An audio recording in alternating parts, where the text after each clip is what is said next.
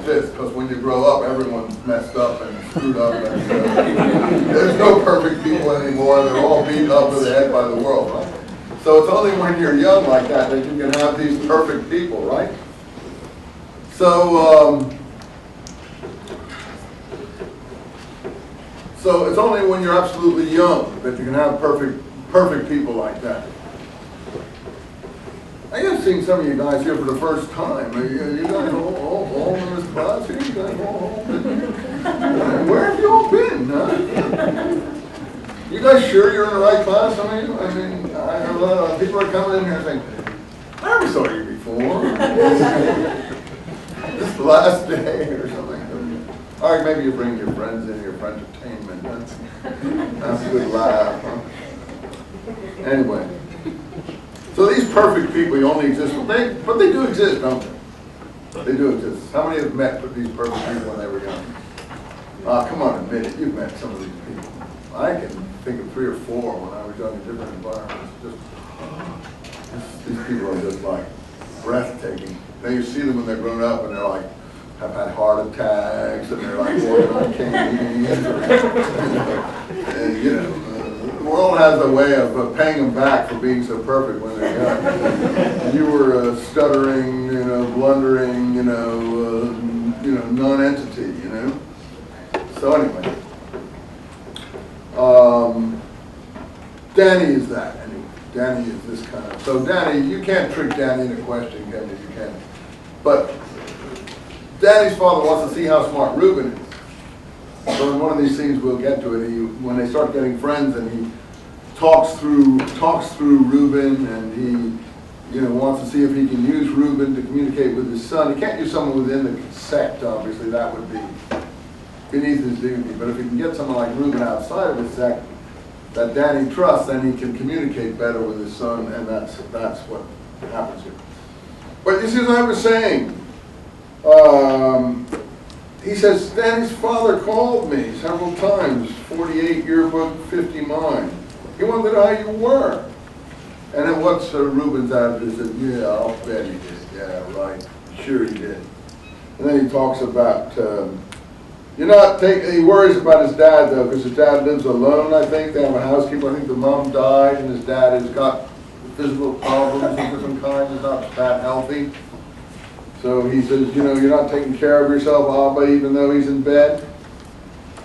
I'm worried about my baseball player, the dad says. And Reuben says, I hate that Danny Sanders for this.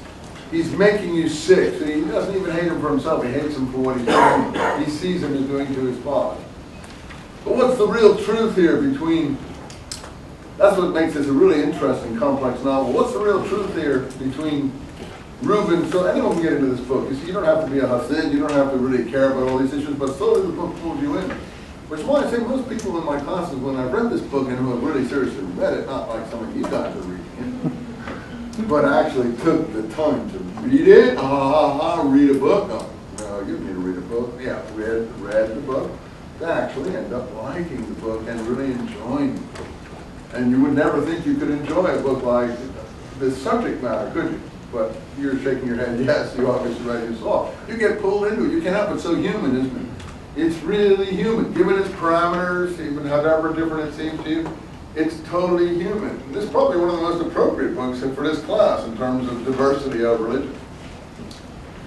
So I've asked, I don't have time in this class to ask in a moment, but I've asked which were the students' favorite books, and this one always comes out almost on top, which is really weird because there are very few Jewish people in the classes.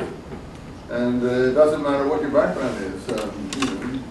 Whatever your ethnic background is, people seem to really relate to this. Hispanic, Asian American, and so on. You know, Protestant, Catholic, whatever. People seem to really can see this relationship of complex things. So what's really happening? Well, it turns out that Reuben's father has met Danny, hasn't he? Where's he met Danny? In the library.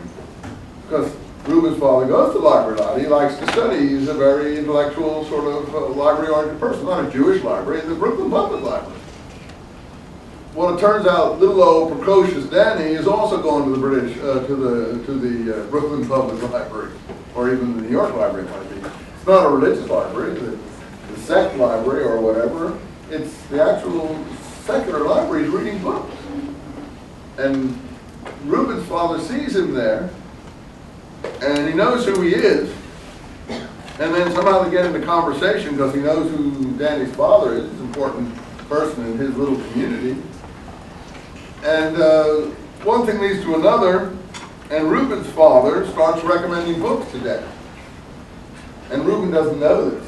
And when he finally discovered it, he's really a little bit angry about that, isn't he? That his father never told him that he had a secret relationship